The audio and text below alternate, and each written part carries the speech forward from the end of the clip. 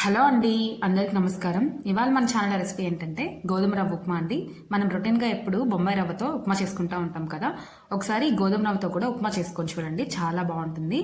మన హెల్త్కి కూడా చాలా మంచిది. ఈ గోధుమ రవ్వనే కొంతమంది దొడ్డు రవ్వ అని కూడా అంటుంటారు. ఇప్పుడు తయారీ విధానం చూద్దాం. స్టవ్ ఆన్ చేసేసి ఒక బాండలు పెట్టేసుకొని అందులోకి ఒక 2 టేబుల్ స్పూన్లు ఆయిల్ వేసుకొని ఆయిల్ వేడయ్యాక అందులోకి కొద్దిగా ఆవాలు, జీలకర్ర, కొద్దిగా మినపప్పు, కొద్దిగా శనగపప్పు వేసుకోవాలి. ఇవి వేగాక సన్నగా పొడవుగా తరిగిన కొద్దిగా ఉల్లిపాయ ముక్కలు, 2 పచ్చిమిర్చి ముక్కలు వేసుకోవాలి. ఇవి లైట్గా వేగాక ఇందులోకి ఒక 2 రెమ్మల కరివేపాకును కూడా వేసుకోవాలి. ఇప్పుడు ఇందులోకి గోధుమ రవ్వని వేసుకుందాం. నేను ఒక టీ గ్లాస్తో 2 టీ గ్లాసుల వరకు గోధుమ రవ్వను వేసుకున్నాను.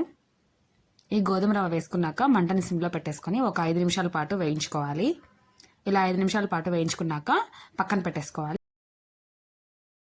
ఇప్పుడు ఈ గోధుమ రవ్వలోకి వాటర్ని వేడి చేసుకుందాం. మనము ఒక 2 టీ గ్లాసుల వరకు గోధుమ రవ్వని తీసుకున్నాం కదా. ఇప్పుడు ఒక 6 టీ గ్లాసులు వాటర్ని తీసుకోవాలి. అంటే ఒక గ్లాస్కి 3 గ్లాసుల్లో వాటర్ని తీసుకోవాలి.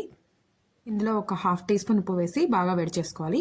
ఇప్పుడు ఈ వేడైన వాటర్ని ఈ ఉప్మా రవ్వలో వేసేసుకోవాలి. ఈ ఉప్మా రవ్వని మళ్ళీ స్టవ్ ఆన్ చేసేసి స్టవ్ మీద పెట్టుకోవాలి. ఇలా స్టవ్ మీద పెట్టుకున్న తర్వాత ఈ వేడైన వాటర్ని వేసుకోవాలి. ఇలా వేసుకున్నాక గరిటతో ఒకసారి బాగా కలిపేసుకోవాలి. ఇప్పుడు ఒకసారి టేస్ట్ చేసి సాల్ట్ ఏమైనా సరిపోకపోతే సరిపడినంత సాల్ట్ వేసుకోవాలి. ఇలా మూత పెట్టేసి ఒక 10 నిమిషాల పాటు ఉడికించుకోవాలి. ఒక 10 నిమిషాల తర్వాత స్టవ్ ఆఫ్ చేసేసి సర్వ్ చేసేసుకోవడమేనండి. అంతేనండి, ఈ గోధుమ రవ్వ ఉప్మా చాలా ఈజీ అండి.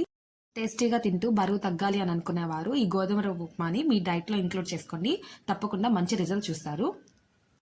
గోధుమ రవ్వ ఉప్మాని పల్లి చట్నీతో కానీ, సాంబార్తో కానీ, స్పెషల్గా మామిడికాయ ఊరగాయతో కానీ వేసుకొని తింటే చాలా బాగుంటుందండి.